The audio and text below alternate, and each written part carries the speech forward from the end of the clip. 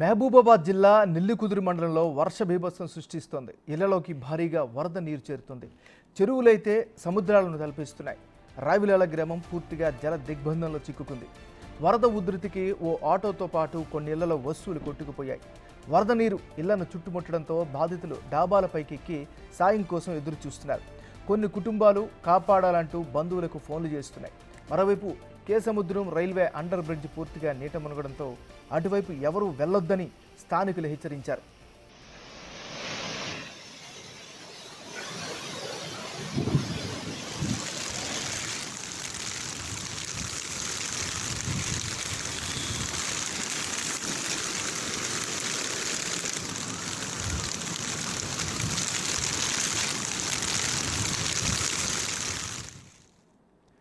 మహబూబాబాద్ జిల్లా కేసముద్రంలో వాన బీభత్సం సృష్టించింది.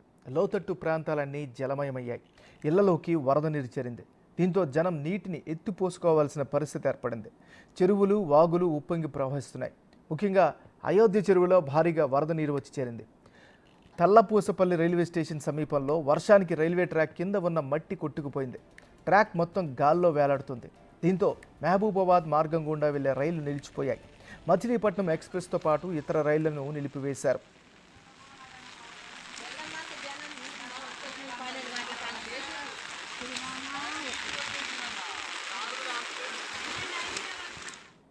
ఇక మహబూబాబాద్ పరిసర ప్రాంతాల్లో ఉన్నటువంటి వరద బీభత్సం ఏ స్థాయిలో ఉంది, ప్రస్తుత పరిస్థితి ఏంటి ఎక్స్ప్లెయిన్ చేసేందుకు మా రిపోర్టర్ వేణు సిద్ధంగా ఉన్నారు. వేణు, చెప్పండి, ప్రస్తుతం ఎలాంటి పరిస్థితి ఉంది, ఎప్పటికి ఇదంతా కూడా నార్మల్ స్థితికి వచ్చే అవకాశం ఉంది? తెలంగాణ వ్యాప్తంగా అత్యధిక వర్షపాతము ఇటు మహబూబాబాద్ జిల్లాలోనే నమోదైంది. ఇనుగుర్తి మండలం లోపల 43.8 సెంటీమీటర్ల వర్షపాతం, అత్యంత భారీ వర్షపాతం అయితే నమోదైంది. ఇదే విధంగా కూడా 6 మండలాల లోపల వర్షం దంచి కొడుతున్న పరిస్థితి కనిపిస్తా ఉంది. ప్రధానంగా అటు కేసముద్రము, పూర్తిగా మహబూబాబాద్ టౌన్ కూడా పూర్తిగా వరదమయమైన పరిస్థితి. దాదాపుగా రైల్వే శాఖ ఇప్పటికే ఇక్కడ ఉన్నటువంటి తాళ్లపూసపల్లి ఇంటికన్న వద్ద ఉన్నటువంటి రైల్వే ట్రాక్ కంప్లీట్ గా కొట్టుకుపోవడంతో దాదాపు 12 ట్రైన్లను కూడా క్యాన్సిల్ చేస్తూ కొద్దిసేపటి క్రితమే ప్రకటన కూడా జారీ చేయడం జరిగింది. అయితే దాదాపుగా 186 గ్రామాలు, మహబూబాబాద్ జిల్లా వ్యాప్తంగా 186 తండాలు గ్రామాలు కలుపుకొని పూర్తిగా జల దిగ్బంధాలు చిక్కున్నాయి. మహబూబాబాద్ టౌన్ నుంచి అటు తొర్రూరుకు, మహబూబాబాద్ నుంచి ఇటు కేసముద్రం, వరంగల్ ఈ రహదారులన్నీ కూడా పూర్తిగా జీలుగు వాగులు, ఆకేరు వాగులు భారీ స్థాయిలో ఉధృతంగా ప్రవహించడంతో టౌన్ కు వచ్చేటువంటి పరిస్థితి, అంటే రాకపోకలు కూడా పూర్తిగా నిలిచిపోయాయి. ఇక తండాలు గ్రామాలు లోతట్టు మండలాల లోపలికి పూర్తిగా ఇళ్లలోకి నీరు చేరడంతో